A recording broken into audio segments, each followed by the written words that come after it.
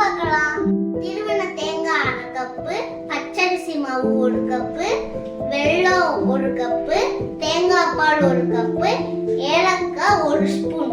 திரட்டி பால் கொழுக்கட்டைக்கு மாவு பிசையலாம் வாங்க. இப்போ ஒரு பவுல் எடுத்துக்கோங்க. 1 கப் அரிசி மாவு ஆட் பண்ணிக்கோங்க. 1/2 ஸ்பூன் சால்ட் ஆட் பண்ணிக்கோங்க. ஹாட் வாட்டர் 150 ml ஆட் பண்ணிக்கோங்க.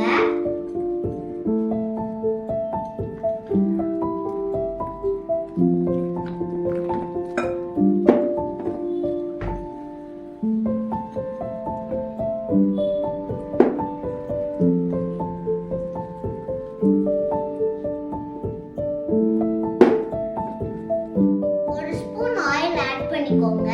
எதுக்காகனா மாவு கையில விட்டாம நல்லா பக்குவமா வரும். திரட்டி பால் கொழுக்கட்டைக்கு கையால திரட்டி போட்டீங்கன்னா இந்த மாதிரி ஒன்னோட ஒண்ணு ஒட்டாம வரும். பேன் எடுத்துக்கோங்க. அதுல ஒரு கிளாஸ் வாட்டர் ஆட் பண்ணிக்கோங்க. இது நல்லா பாயில் ஆகி வரட்டும்.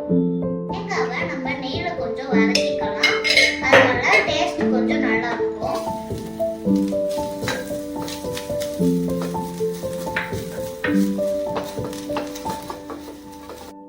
நல்லா கொதிச்சு வந்துருச்சு.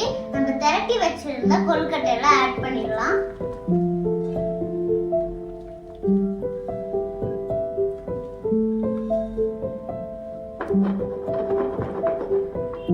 இப்போ 1 கப் வெல்லம் ஆட் பண்ணிக்கலாம். ஆட் பண்ணோடனே நல்லா கரைஞ்சு வரும். கொழுக்கட்டை நல்லா வெந்து வந்துருச்சு. இப்போ நம்ம வெல்லத்தை ஆட் பண்ணிடலாம்.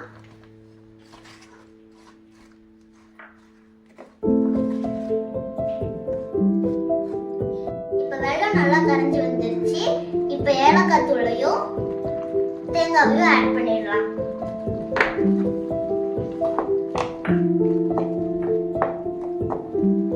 திரட்டி பால் கொழுக்கட்டை ரெடி.